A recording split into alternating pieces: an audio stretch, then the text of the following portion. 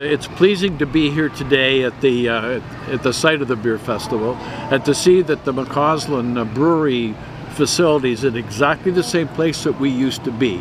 And I think that in a sense is just a small indication that traditions that we created are being continued by the brewery. It's owned by a company called RJ Brewers. They own McAuslan, they own Cheval Blanc Brewery, as well as GMT, which is better known as Belle Gueule. And so they've become sort of a group, kind of a Quebec independent beer consortium.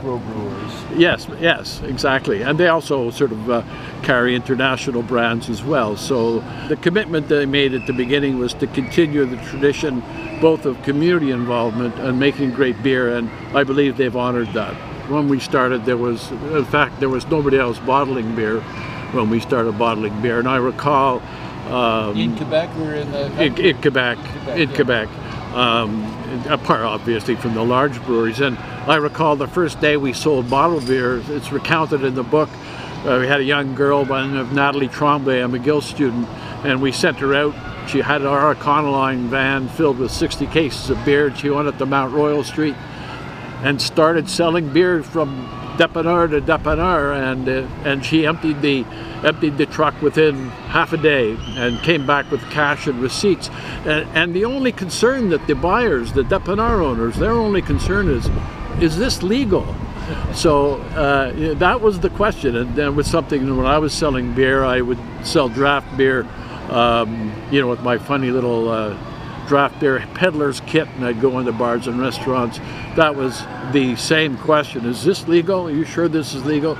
So we were really out there at a time nobody else was there.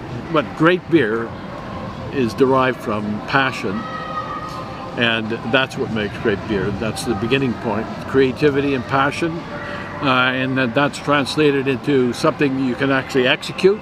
You can actually make it, and you can make it day in and day out. That's really what making better beer is all about. It's profitable. I'm not saying it's easy. I'm not saying it's simple. I'm not saying that you're going to become the next John Molson, because that's not going to happen. It's highly unlikely. But what you may become is your local entrepreneur making great products for your local consumers that live in your neighborhood. I think that, in addition to being viable from a business point of view, is also very healthy from a community point of view. Local consumption, I think most of us recognize now, as becoming more and more important to a healthy community and a healthy environment. Those are not unimportant, perhaps off-ledger values that small brewers bring.